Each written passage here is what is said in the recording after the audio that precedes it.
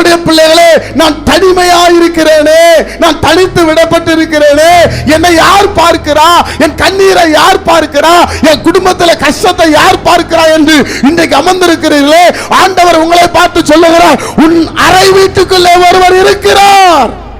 இங்க இருக்கிற எத்தனை லட்சம், எத்தனை சென்ட், எத்தனை கிரவுண்ட், எத்தனை ஏக்கர் வாங்கினாலும் அதை விட்டுட்டு தான் போகணும். ஆனா உங்களுக்கும் எனக்கும் அவர் கொடுக்க விரும்புகிற ஒரு பெரிய சந்தோஷம், நித்திய ஜீவன். கைகளை தட்டி கர்த்தரை மகிமைப்படுத்துங்க. அல்லேலூயா.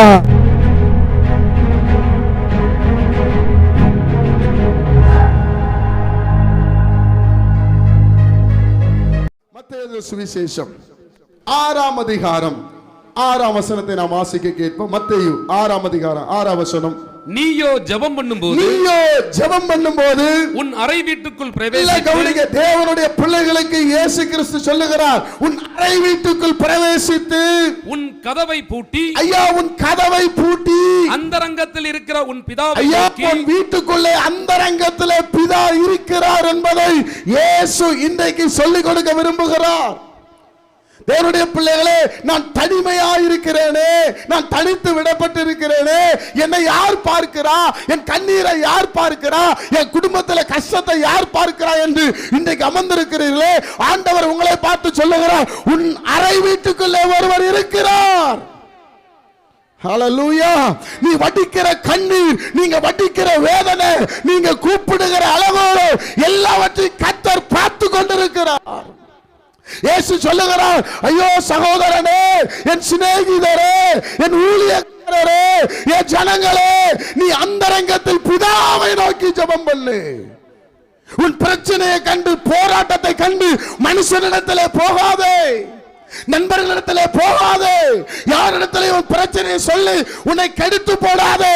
அந்தரங்கத்துக்கு போ. உன் வீட்டுக்குள்ளே ஒரு அறை இருக்கிறது, உனக்கென்று ஒரு அறை இருக்கிறது. அது பெட்ரூமாக இருக்கலாம், அது ஹாலா இருக்கலாம். உன் அறை வீட்டுக்குள்ளே போ. வாசி, தொடர்ந்து வாசிங்க. உன் கதவை பூட்டி அந்தரங்கத்தில் இருக்கிற உன் பிதாவை நோக்கி ஜெபம் பண்ணு. ஜெபம் பண்ணு. ஜெபம் பண்ணு. தேவ பிள்ளையே, நீ ஜெபம் பண்ணு. ஜெபம் என்றால் என்ன? ஆண்டவரோடு பேசுவது. உங்களுக்கு தெரியுதோ தெரியலையோ, இயேசுவே நான் இந்த கஷ்டத்துல இருக்கிறேன் என்று சொன்னால் ஜெபம். எந்த ஊழியக்கார தேவையில்லை. வாசிக்கலாம். அப்பொழுது அந்தரங்கத்தில் பார்க்கிற உன் பிதா, அந்தரங்கத்தில், நல்ல கவனிங்க, அந்தரங்கத்தில் பார்க்கிற உன் பிதா வெளியரங்கமாய் உனக்கு பலன் அளிப்பார். கைகளை தட்டி கர்த்தரை மகிமைப்படுத்து. ஹல்லேலூயா. நீங்க நிறைய பேர் கேள்வியோட தானே வந்தீங்க. அந்தரங்கத்துல யாருங்க என்ன பார்க்கிறா? எங்க அப்பா என்ன பார்க்கல, எங்க அம்மா என்ன பார்க்கல, என் தம்பி என்ன பார்க்கல, எங்க சித்தி என்ன பார்க்கல, என் ஓனர் என்ன பார்க்கல. ஐயா, உங்கள் அந்தரங்கத்தில் பார்க்கிற ஒரு பிதா ஒருவர் இருக்கிறார். ஹல்லேலூயா. நான் அந்தரங்கத்தில் அழுததை அவர் பார்த்தார். நான் பணம் இல்லாம அழுததை பார்த்தார். நான் பலவீனமாக இருந்ததை பார்த்தார். நான் ஓட்டாண்டியா இருக்கும்போது என்னை ஒருவர் பார்த்தார். ஒரு நல்ல டிரெஸ் இல்லாம இருக்கும்போது என்னை ஒருவர் பார்த்தார். நினைச்சதை சாப்பிட முடியாத நாள்ல ஒருவர் என்னை பார்த்தார். ஐயா, அவர் அந்தரங்கத்தில் இருக்கிற பிதா உன் அறை வீட்டுக்குள்ள இருக்கிறார். ஒன்று அறிந்து கொள்ளுங்கள், நீ அறை வீட்டுக்குள்ள ஜெபம் பண்ணு. உனக்கு பலன் எங்கிருந்து வருது? வெளியரங்கமாய் வரும். கைகளை தட்டி கர்த்தரை மையப்படுத்துங்க. அல்லேலூயா, அல்லேலூயா. பக்கத்தில் கைப்பிடி சொல்லுங்க, அறை வீட்டை பூட்டுங்க, கதறுங்க, பிரச்சனையை அவுட்ட சொல்லுங்க. இந்த உலக பிரகாரமான தகப்பன் பார்த்தாதான் கேட்பார். இந்த தகப்பன் பார்த்து கொண்டே இருக்கிறார். ஹல்லேலூயா. இவர் பார்த்து கொண்டே இருக்கிறார். உன் அந்தரங்கத்தில் இருக்கிற உன் பிதா உனக்கு வெளியரங்கமாய் பதிலளிப்பார்.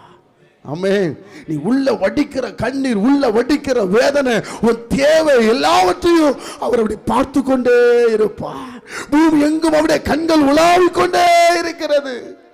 என் மகள் எந்த சூழ்நிலையில் இருக்கிறார், எவ்வளவு சொந்தம் இருக்கட்டுங்க, எவ்வளவு பெரிய நண்பர்கள் இருக்கட்டுங்க, உன்னை பார்க்கிற ஒருவர் இருக்கிறார்.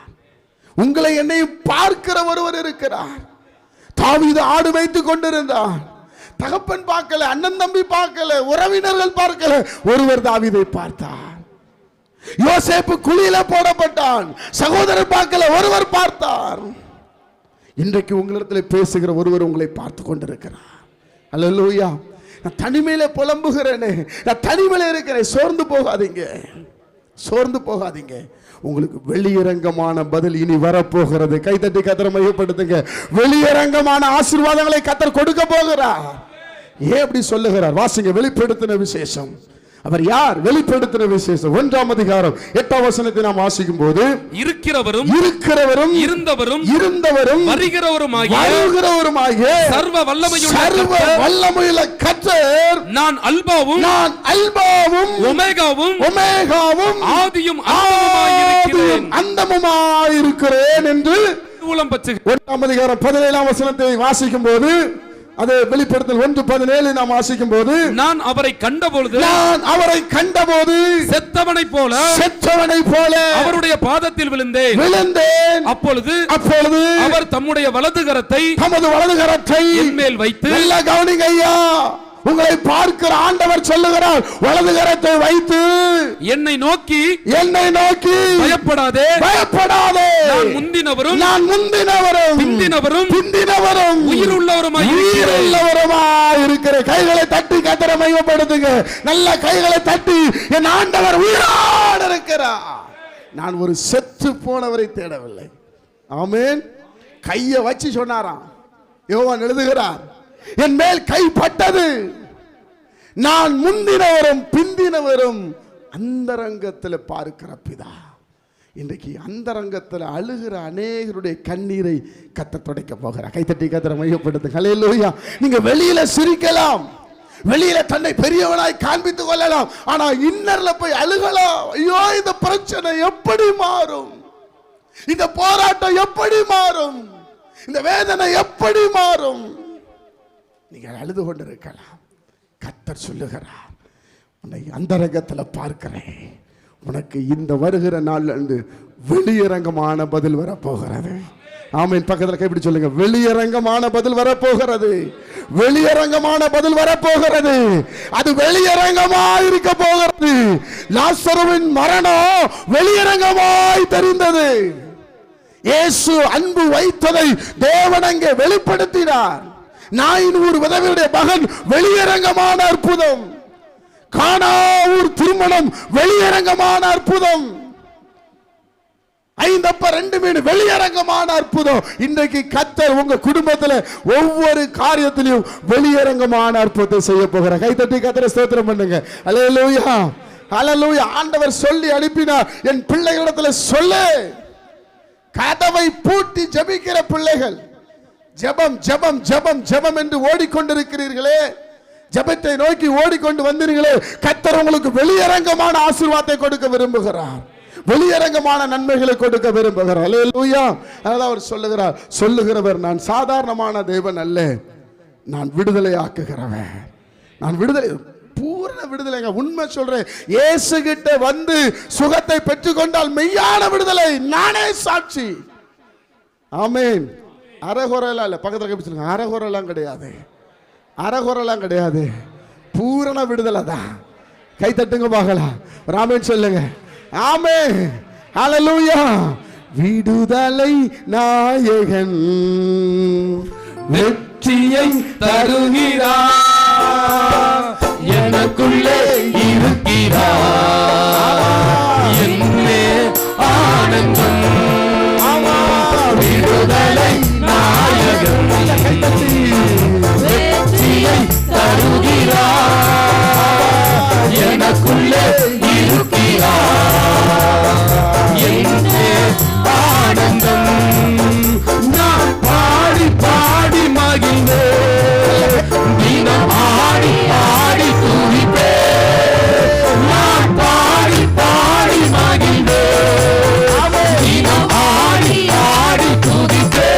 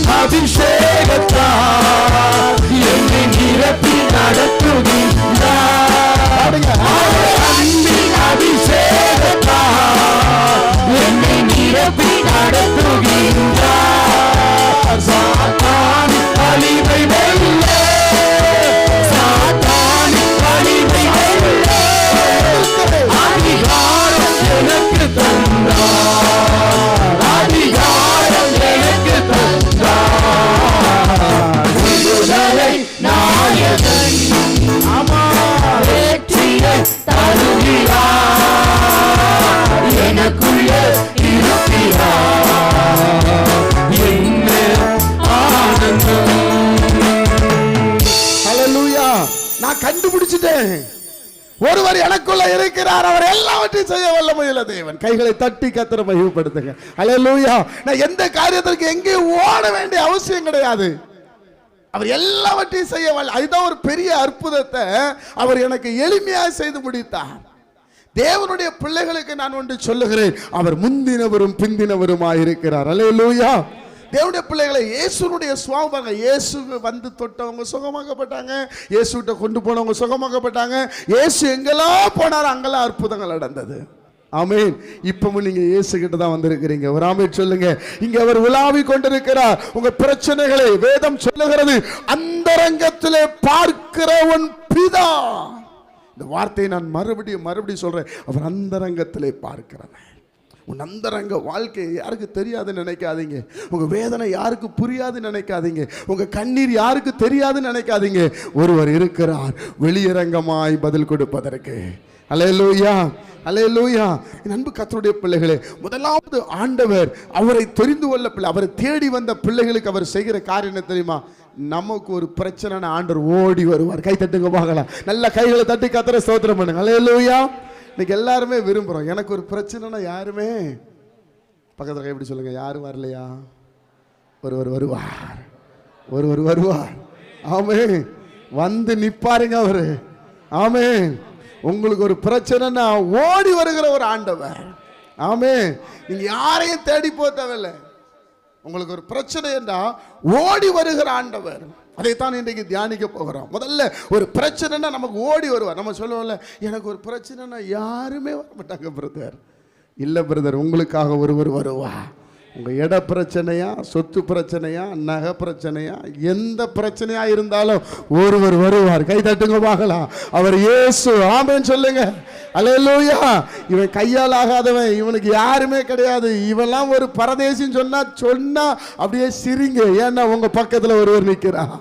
அல்லேலூயா. அவர் வந்து கேட்பார். வேதம் சொல்லுகிறது, அவர் உங்களை விசாரிக்கிறவராயிருக்கிறபடியா. ஆமென். 2011ஆம் ஆண்டு பகுதி நேர ஊழியம் செய்து கொண்டிருக்கும் போது ஜிஹெச் மருத்துவமனையில் போய் ஜெபிக்க போயிருந்தோம். அப்போ கொஞ்சம் இந்த ஹாஸ்பிட்டல் ஊழியெல்லாம் போய் செய்வோம். அப்போ ஜெபிக்க போயிருக்கும் போது அந்த டயத்துக்குள்ளே ஜெபிச்சுட்டு வந்துடணும். 4 to 5 அதான் விசிட்டர் டைம். அந்த நேரத்தில் யாராவது ஜெபிக்கனா ஜெபிக்கலாம். அப்போது அதில் எங்களுடைய சித்தி ஒருத்தவங்க உடம்பு சரியில்லைன்னு சொல்லி அட்மிட் ஆகியிருந்தாங்க. அப்போ நான் போயிருந்தேன். போய் சித்திக்காக உட்காந்து எனக்கு கொஞ்சம் பாரம் ஜாஸ்தி. யாருக்காக உடம்பு சரியில்லைன்னா அப்படி கேட்குறதும் அவங்களுக்கு ஜெபம் பண்ணுறதும் இயேசுவை போல் அப்படி ஒரு பாரம் உண்டு. அப்போ நான் எங்கள் சித்திக்கு ஜெபம் பண்ணி முடிச்சுட்டு அந்த கண்ணீரோட ஜெபம் பண்ணிவிட்டு, சரி சித்தி டைம் ஆயிடுச்சு நாங்கள் கிளம்பிட்டோமா சொல்லும்போது சரி கிறிஸ்டோபர்னு சொன்னாங்க. அப்போது அதில் இருந்து ஒரு 2 பெட்டு 3 பெட்டு தாண்டி ஒரு தாயார், ஒரு 50 வயது இருக்கும். அப்போ அவங்க கூப்பிட முடியல, பக்கத்தில் உள்ளவங்கள சொல்லி கொஞ்சம் அந்த ஐயாவை கூப்பிடுங்க அப்படி சொன்னாங்க. அப்போது என்ன கூப்பிடுறாங்க, டைம் வேறு ஆயிடுச்சு, இருந்தாலும் பரவாயில்ல கூப்பிடுறாங்கன்னு சொல்லிட்டு நான் அந்த பெட்டுக்கிட்ட போனோடனே அவங்க சொன்னாங்க, என்னம்மா உங்களுக்கு என்னாச்சு, என்ன பிரச்சனைன்னு சொன்னோடனே அவங்க கண்ணில் கண்ணீர் வந்துட்டு, என்ன என்று சொன்னேன். ஐயா எனக்கு 3 பையன், எனக்கு உடம்பு சரியில்லை, என்னை கொண்டு சேர்த்துட்டு போனது தான், இது வரைக்கும் என்ன பண்ணல, வந்து பார்க்கவே வரல, என்னை ஒருத்தர் கூட விசாரிக்க வரலையா. சரி நான் என்னம்மா செய்யணும், என்ன எதுக்கு கூப்பிட்டீங்க அப்படி கேட்டேன். எப்படி பார்த்தாங்க, பார்த்துட்டு கொஞ்சம் கிட்ட வாங்கினாங்க. என்னம்மான்னு கிட்ட போனா, நான் சீக்கிரம் செத்துடணும், நான் சீக்கிரம் செத்துடணும், எனக்கு வாழ பிடிக்கல. ஏம்மா அப்படி சொல்கிறீங்க?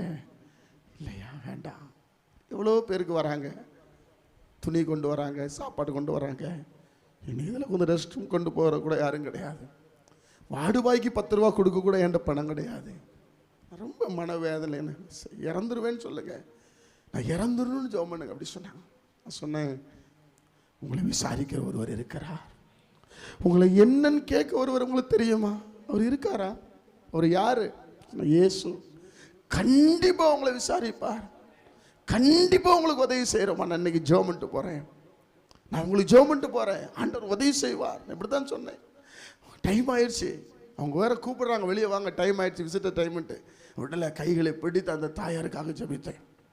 எங்கள் சித்தி ஒரு 3 மாதம் அங்கே இருந்தாங்க, ஒரு பலவீனத்தில். 2வது மாதம் போகிறேன், படுத்த படுக்கையாக இருந்த அம்மா எந்திரிச்சு உட்காந்துட்டாங்க. கை தட்டி கத்திர மையப்படுத்துங்க. அல்லேலூயா. 2வது முறை போய் கேட்டேன், இப்போ உங்களுக்கு எதுக்காக ஜெபிக்கணும்னு சொல்லி, நான் வாழணும் என் பிள்ளைகளுக்கு முன்பாக, நான் என் பிள்ளைகளுக்கு முன்பாக வாழணும்னாங்க. உங்களுக்கு அந்த நம்பிக்கை வந்துட்டா அன்னைக்கு நீங்கள் ஜெபம்ட்டு போனுங்க தம்பி, அந்த இயேசு கிறிஸ்துவை சொன்னீங்க, நான் அந்த இயேசுவை டெய்லி கூப்பிட ஆரம்பித்தேன். இப்போ இயேசு தான் என்னை உட்கார பலன் தந்திருக்கிறார். அடுத்த மாதம் வரும்போது நான் நடந்து உங்கள் பின்னாடி நிற்பேன் என்று சொன்னார்கள். கைகளை தட்டி கத்திர மையப்படுத்துங்க. தேவனுடைய பிள்ளைகளே, உங்கள் கூப்பிடுகிற கூப்பிடுதலுக்கு ஓடி வருகிற ஆண்டவர். 3வது மாதமும் போனேன், ஆனால் அந்த அம்மா டிஸ்சார்ஜ் ஆகி போயிட்டாங்க. கை தட்டி கத்திர மையப்படுத்துங்க. அல்லேலூயா. எந்த அளவு ஒரு நம்பிக்கை பாருங்க. இயேசுன்னு ஒருவர் அவங்களுக்குள்ள போன உடனே அவங்களுக்குள்ள விசுவாசம் வந்து விட்டது. என்னை விசாரிக்க ஒருவர் இருக்கிறார். கூப்பிட்ட குரலுக்கு ஓடி வருகிறவரையா என் ஆண்டவர், நீங்க யார வேணா இருந்துட்டு போங்க, அது எனக்கு கவலை கிடையாது. ஆனா நீங்க கூப்பிட்டு அவர் ஓடி வருவார். வேதம் சொல்லுகிறது, மார்க் எழுதின சுவிசேஷத்துல சீசர்கள் ஆண்டவரை கூப்பிட்டு போறாங்க. மார்க் எழுதின சுவிசேஷம் வாசிக்கலாம், 4ஆம் அதிகாரம். மார்க் 4ஆம் அதிகாரம் 35ஆம் வசனத்தை நான் வாசிக்க கேட்போம். அன்று சாயங்காலத்தில் அவர் அவர்களை நோக்கி அக்கரைக்கு போவோம் வாருங்கள் என்றார். அக்கரைக்கு போவோம் வாருங்கள் என்றார். அவர்கள் ஜனங்களை அனுப்பிவிட்டு அவர் படவில் இருந்தபடியே அவரை கொண்டு போனார்கள். இயேசுவை கொண்டு போயிட்டாங்க. ஐயா அவர்ட்ட ஒண்ணு கேட்கல, கொண்டு போயிட்டாங்க. நல்ல கவனிங்க. வேற படவுகளும் அவரோட கூட இருந்தது. அப்பொழுது பலத்த சுழல் காற்று உண்டாகி, நல்ல கவனிங்க, அப்பொழுது பலத்த சுழல் காற்று உண்டாகி படவு நிரம்பத்தக்கதாக அலைகள் அதின் மேல் மோதிற்று. கப்பலின் பின்னணியத்தில் அவர் தலையணை வைத்து, என்ன வச்சு? அப்ப தலையணை வச்சிருக்கிறாங்க. ஒரு ஆமென் சொல்லுங்க. அல்லேலூயா. இயேசுக்கு தலையணை வச்சிருக்கிறாங்க. அவங்க போகும்போது தலையணை கொண்டு போயிருக்காங்க. ஒருத்தர் கப்பல் போட்டுவாரு, மற்றவங்க என்ன பண்ணுவாங்க? தூங்குவாங்க. நீங்க ஆண்டவரை கூட்டு போனா உங்களுக்கு இயற்கைக்கு அப்பாற்பட்ட ஒரு வல்லம் கடந்து வரும். ஆமென் சொல்லுங்க. இவங்களுக்கு எல்லாம் பெரிய தைரியம் யார் இருக்கா பின்னாடி? சொல்லுங்க. இன்னைக்கு நம்மள அந்த தைரியத்துல தான் இருக்கும். அதனாலதான் கூப்பிடுறது இல்லை. ஏசு என் கூட இருக்காருங்க. ஐயா நான் ஒன்று சொல்றேன், நீ கூப்பிட்டாதான் உனக்கு செயல்படுவார். கை தட்டி கத்திர மையப்படுத்துங்க. அல்லேலூயா. உங்க கூட தான் கப்பல்ல தான் இருக்கிறாரு, உங்க கூட தான் வாசம் பண்ணுகிறார், அவங்க அறை வீட்டுக்குள்ள தான் இருக்கிறாரு. உங்க கண்ணீர் எல்லாம் அவர் பார்க்கிறார், எந்த மாற்று கருத்தே கிடையாது. ஆனா இவங்களை பாதித்த அந்த கடலின் அலை யாரை பாதிக்கல? சொல்லுங்க, யாரை பாதிக்கல? இல்லைன்னா தூக்கம் வருமா? சொல்லுங்க. நமக்கு தூக்கம் வரும் பிரேயர் மீட்டிங்ல. வீட்டிலலாம் முழிச்சு கிடப்போம், பகலெல்லாம் முழிச்சு கிடப்போம், நைட்டெல்லாம் முழிச்சு கிடப்போம் போனை பார்த்துட்டு. ஆனா பிரேயர் மீட்டிங்ல வந்து என்ன வரும்? அது சொல்லாமலே வரும். என்ன வரும்? உயிரை கொடுத்து பிரசங்கலாம். சிலர்லாம் என்ன தூக்கம், அந்த இடத்துல தான் தூக்கம்.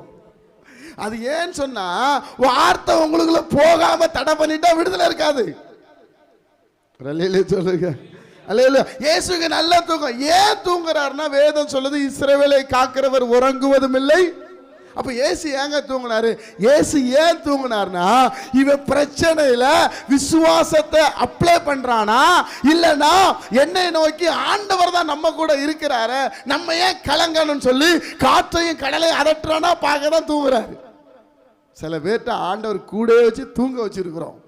நான் சொல்றேன், இன்றைக்கு செயல்படுத்துங்க. கைத்தட்டி கத்திர மையப்படுத்துங்க. அல்லேலூயா. வாசிங்க, தொடர்ந்து வாசிங்க. இருந்தார். அவர்கள் அவரை எழுப்பி போதகரே நாங்கள் மடிந்து போகிறது உமக்கு கவலை இல்லையா என்றார்கள். இன்னைக்கு காலையில எத்தனை பேர் கேட்டீங்க, நான் இப்படி இருக்கேன்னு கவலை இல்லையான்னு? நல்ல பிள்ளை மாதிரி சொல்றீங்க, கை உயர்த்தாம இருக்கங்க பாருங்க. சொன்னவனு தான் கை வருது. உமக்கு அவருக்கு கவலை இருக்கு. அவர் அதிகாரத்தெல்லாம் நம்ம கையில கொடுத்துட்டார். ஒரு ஆமென் சொல்லுங்க. அல்லேலூயா. நான் கடந்த நாள்ல ட்ரெயின்ல வரும்போது ஒருத்தர் உட்கார்ந்து இருந்தார் என்னோட சீட்ல. நான் போய் நின்ன உடனே ஆட்டோமேட்டிக்கா என்ன பண்றாரு? எழும்புற. ஏன்? இது என்னுடைய ரிசர்வ் பண்ணி வைத்திருக்கிறார். அதுபோல தேவன் உங்களுக்கு என்று சில வல்லமைகளை கொடுத்து வைத்திருக்கிறார். அவர் பார்க்கிறார் என் பிள்ளைகளை என்ன செய்கிறார்கள். சீசர்களுக்கு எவ்வளவு அற்புதங்களை காண்பித்தார். ஆனா கடைசியில் அவங்க ஆண்டவரை போய் என்ன சொன்னாங்க? நாங்க மடிந்து போகிறது ஐயா நீ மடிஞ்சு போனா அவரு தானே உள்ள உட்கார்ந்துருக்கிறாரு, விட்டுருவாரா உங்களை மடிய விட்டுருவாரா? ஆபத்திலே கூப்பிட்டார்கள். கர்த்தர் எழும்பி என்ன செய்தார் பாருங்க, வாசிங்க தொடர்ந்து அந்த வசனத்தை வாசிங்க. அவர் எழுந்து காற்றை அதட்டி கடலை பார்த்து இறையாதே அமைதலாயிரு என்றார். கை தட்டி கர்த்தரை மகிமைப்படுத்துங்க பார்க்கலாம். ஒரு அல்லேலூயா சொல்லுங்க. அல்லேலூயா. தங்கள் ஆபத்திலே கர்த்தரை நோக்கி கூப்பிட்டார்கள். சங்கீதக்காரன் 3 இடத்துல எழுதுகிறார். சங்கீதம் 107 சங்கீதத்தை நீங்கள் வாசித்து பார்த்தீர்கள் என்றால் சங்கீதம் 107 சங்கீதம் 6 வசனம் வாசிங்க. சங்கீதம் தங்கள் ஆபத்திலே கர்த்தரை நோக்கி கூப்பிட்டார்கள். அவர்கள் இக்கட்டில் இருந்து அவர்களை விடுவித்தார். அப்ப ஆபத்துல யாரை கூப்பிடணும்? அல்லேலூயா சொல்லுங்க. நீங்க கூப்பிடும் போது ஆண்டவர் உங்களை தேடி ஓடி வருவார். அதுதான் அவர் தேடி ஓடி வந்தார். தேவனுடைய பிள்ளைகளை நம்ம அதை தெரிவதில்லை. ஆபத்திலே மனிதர்களை பார்க்கிறோம், ஆபத்திலே வேறு காரியங்களை பார்க்கிறோம். நீங்க கர்த்தரை கூப்பிடுங்க.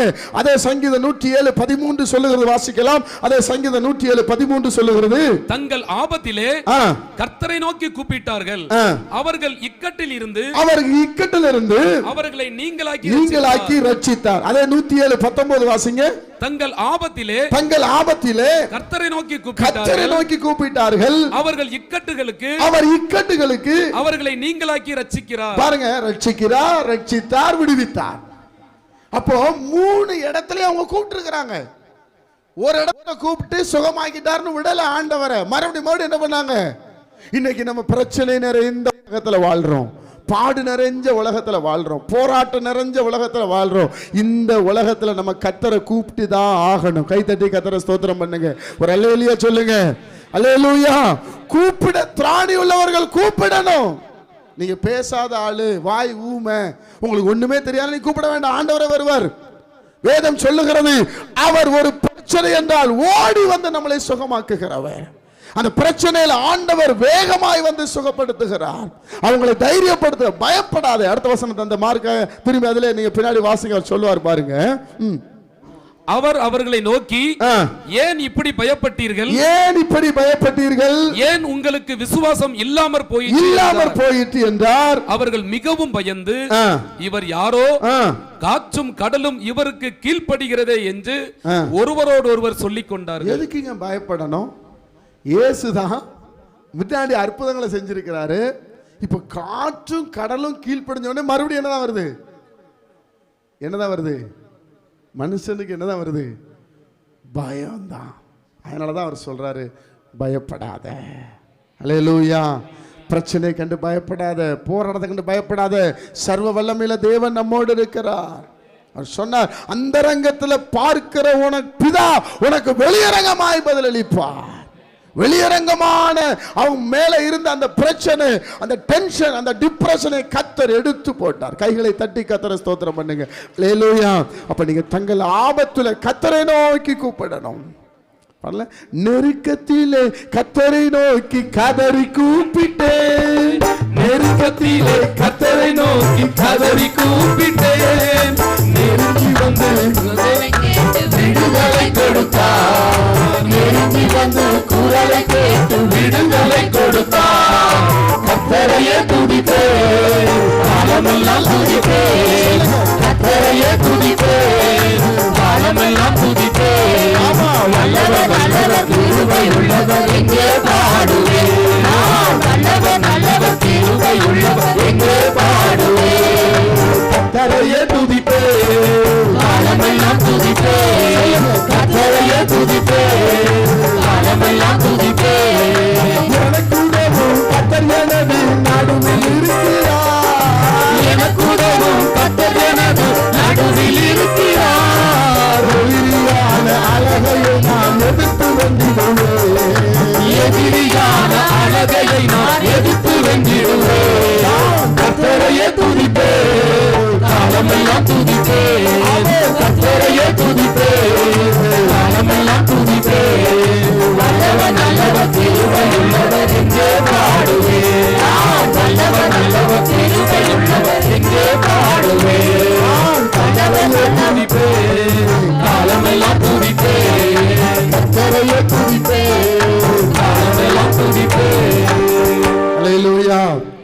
எந்த நிலைமையில இருந்தாலும் உங்களை விசாரிக்க ஒருவர் ஓடி வருகிற நம் ஆண்டவர் இருக்கிறார். அவர் சொல்ற, நான் முந்தினவரும் பிந்தினவரும் அல்பாவும். என்ன பிரச்சனை இருந்தாலும் முதல்ல யாரை கூப்பிடுங்க? யார? சத்தமா தான் சொல்லுங்க, ஒன்னும் சொல்ல மாட்டேன். சத்தமா சொல்லுங்க. யாரை கூப்பிடணும்? கர்த்தரை கூப்பிடணும். ஒரு அல்லேலூயா சொல்லுங்க. அல்லேலூயா, அல்லேலூயா. கவர்மெண்ட்ல சொல்றாங்க, ரேஷன் கார்டு வச்சிருக்கோம் 2000 ரூபாய் எத்தனை பேர் கை வைத்துவோம்? சத்தம் இங்க இருந்து தாண்டி போகும். ஆண்டவர் சொல்றாரு, ஆபத்து காலத்துல கூப்பிட்டேன். என்ன பிரச்சனை? கர்த்தரை முதல்ல கூப்பிடுங்க. முதல்ல கணவன் மனைவி உட்கார்ந்து முதல்ல பிரேயர் பண்ணுங்க. அந்த ரங்கத்துக்கு போயிருக்கேன். வாங்க வீட்டுக்குள்ள வாங்க போவோம். அறை வீட்டுக்குள்ள பூட்டி கர்த்தரை நோக்கி பாருங்க. நீங்க ஜெபிச்சுட்டு வெளியே வாங்க, வெளியரங்கமான அற்புதம் இருக்கும். கை தட்டுங்க பார்க்கலாம். ஒரு ஆமென் சொல்லுங்க. அல்லேலூயா. இன்னைக்கு செய்யாதனால தான் அற்புதத்தை பெற்றுக்கொள்ள முடியும். இரண்டாவதாக ஆண்டவர் செய்த நன்மைகளை பாருங்கள். அப்போஸ்தலர் நடபடிகள் 10ஆம் அதிகாரம் 38ஆம் வசனத்தை வாசிக்கலாம் வேகமாக. அப்போஸ்தலர் 10:38. நசரேயனாகிய இயேசுவை தேவன் பரிசுத்த ஆவியினாலும் வல்லமையினாலும் நிரப்பி இருந்தார். தேவன் அவருடனே கூட இருந்தபடியினாலே அவர் நன்மை செய்கிறவராயும் பிசாசின் வல்லமையில் அகப்பட்ட யாவரையும் குணமாக்குகிறவராயும் சுற்றி திரிந்தார். அல்லேலூயா சொல்லுங்க. இரண்டாவதாக இந்த இயேசு கிறிஸ்து செய்த ஒரு மகத்துவமான காரியம், பிசாசு வல்லமையில் இருக்கிறவங்க இயேசுவை என்ன விடுதலையாக்குன்னு சொல்லவே மாட்டாங்க. இங்க அவர் நன்மை செய்கிறவராக இருக்கிறார்.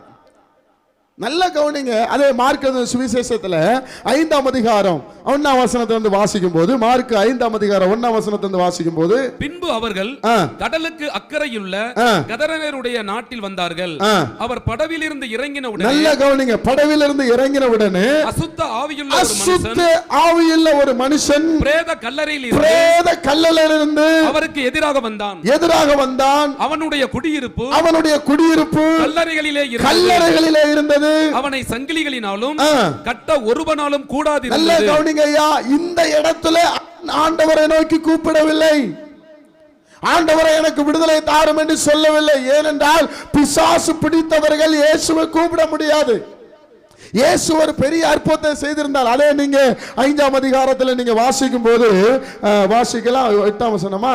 8ஆம் வசனம். ஏனெனில் அவர் அவனை நோக்கி அசுத்த ஆவியே இந்த மனுஷனை விட்டு புறப்பட்டு போ என்று சொல்லியிருந்தார். படகுல இருந்து இறங்கும் போது யாரையுமே அந்த ஊருக்குள்ள விடாத ஒரு பிசாசு பிடித்த மனிதன், அசுத்த ஆவி பிடித்த ஒரு மனிதன் இயேசு படகுல இருந்து இறங்கும் பொழுது அந்த ஆவிக்கு கட்டளை கொடுக்கிறார். அந்த மனிதனுக்கு அல்ல, அந்த ஆவிக்கு கட்டளை கொடுக்கிறார்.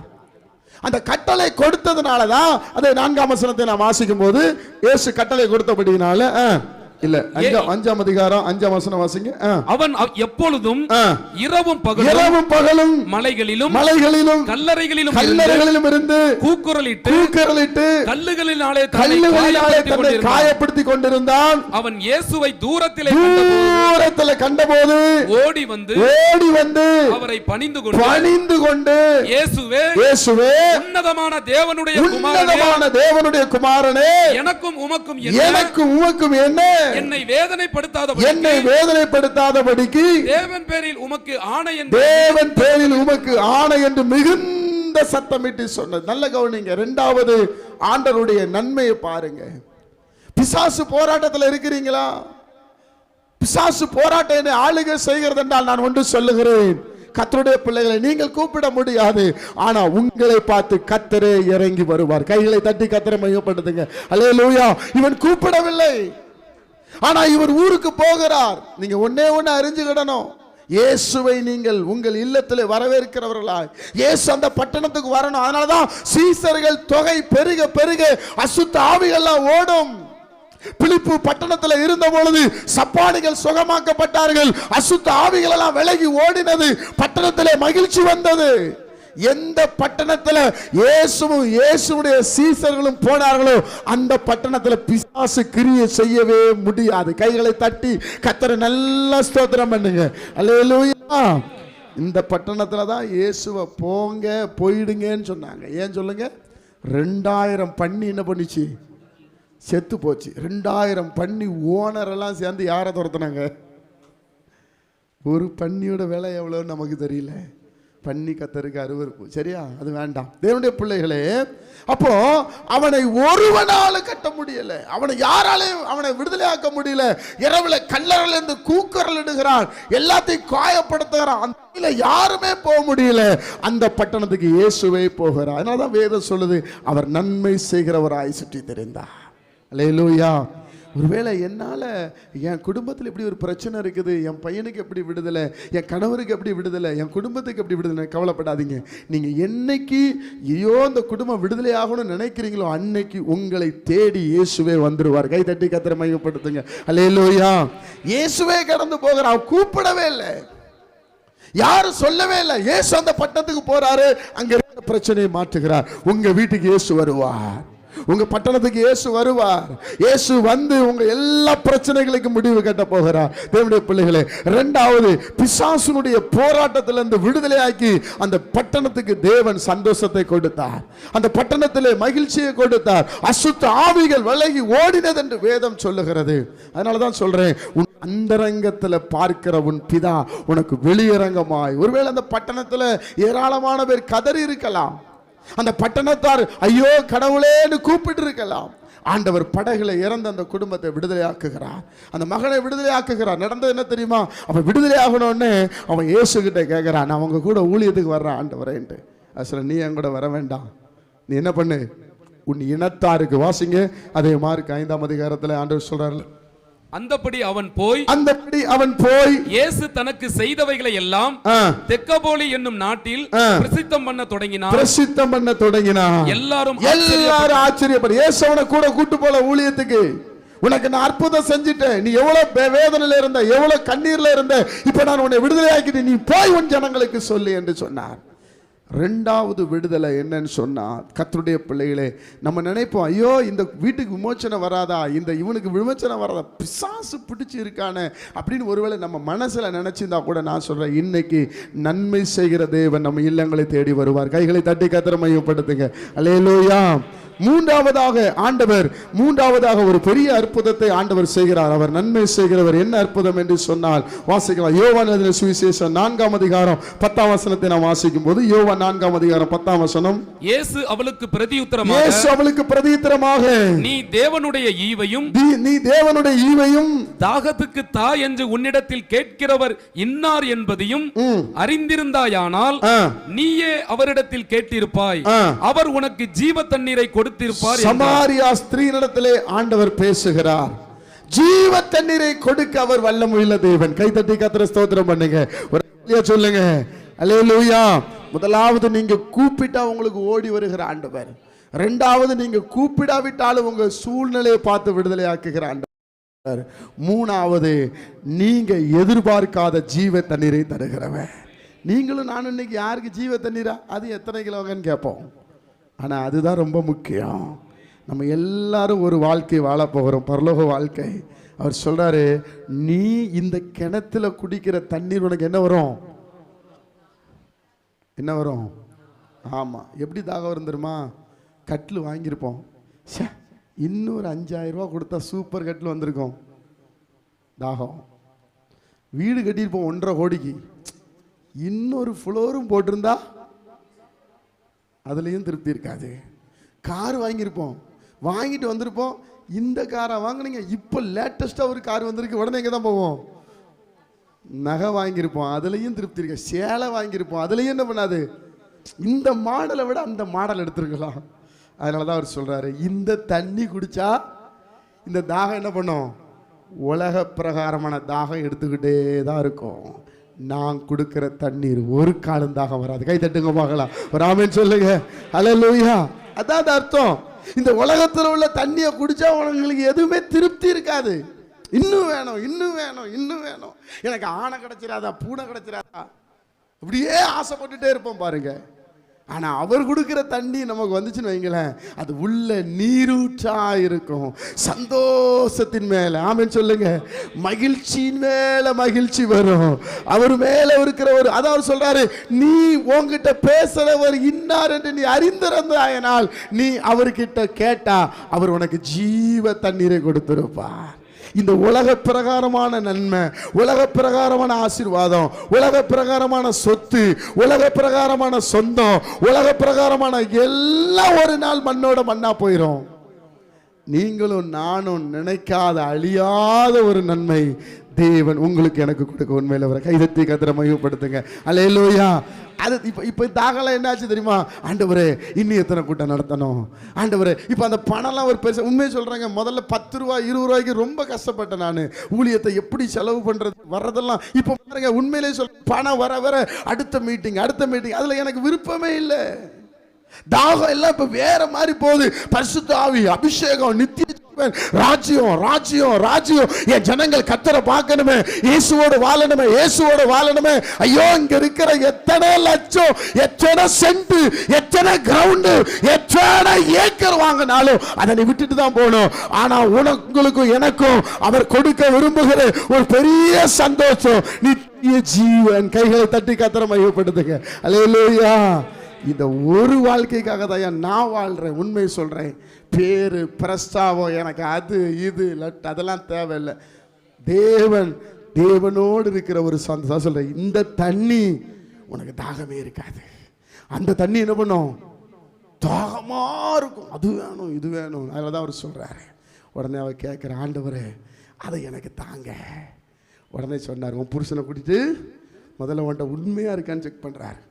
அவர் சொன்னா, எனக்கு புருஷன் இல்லை ஆண்டவரே.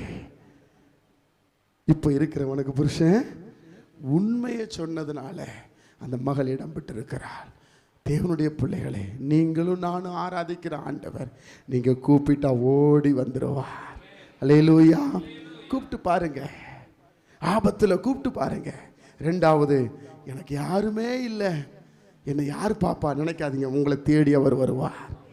மூணாவது, நீங்க எதிர்பார்க்காத நன்மை, எதிர்பார்க்காத நித்திய ஜீவனை கொடுப்பார்.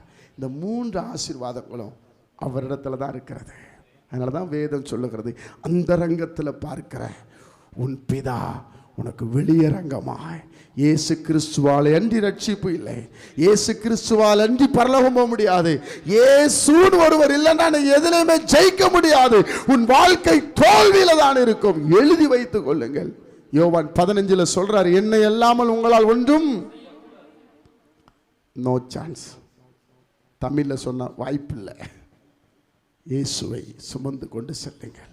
இயேசுவை நோக்கி பாருங்க. அந்தரங்கத்தில் போயிடுங்க, உள்ள போய் கதறுங்க, ஆண்டவர்கிட்ட அபயம் விடுங்க. உங்க பிரச்சனையை அவர்கிட்ட சொல்லுங்க. உங்க அறைக்குள்ள இயேசு வருவார். ரெண்டாவது, நீங்க எவ்வளவுதான் போராட்டத்தில் இருந்தாலும் உங்க போராட்டத்தை விட்டுட்டு வேடிக்கை பார்க்க மாட்டார், உங்களை சுகப்படுத்திடுவார். மூணாவதாக, நீங்கள் எதிர்பாராத தேவ ராஜ்யத்துக்கு கொண்டு போவார், நித்தியத்துக்கு கொண்டு போவார். அழிவில்லாத வித்து. இந்த உலகத்தில் பணம் வச்சிருந்தா பெரிய கோடீஸ்வரன், இவன் பெரிய ஆளுன்னு சொல்லுவான். ஆனா அபிஷேகம் இருந்தா உன்னை பார்த்து பிசாசு நடுங்குவான். கைகளை தட்டி கர்த்தரை மையப்படுத்துங்க. உன்னை பார்த்தா பிசாசு நடுங்குவான். யார்ட்டி உன்னை காண்பிக்க வேண்டியது. அப்படி எல்லாரும் ஜெபிக்க வேண்டியது இருக்கலாம்.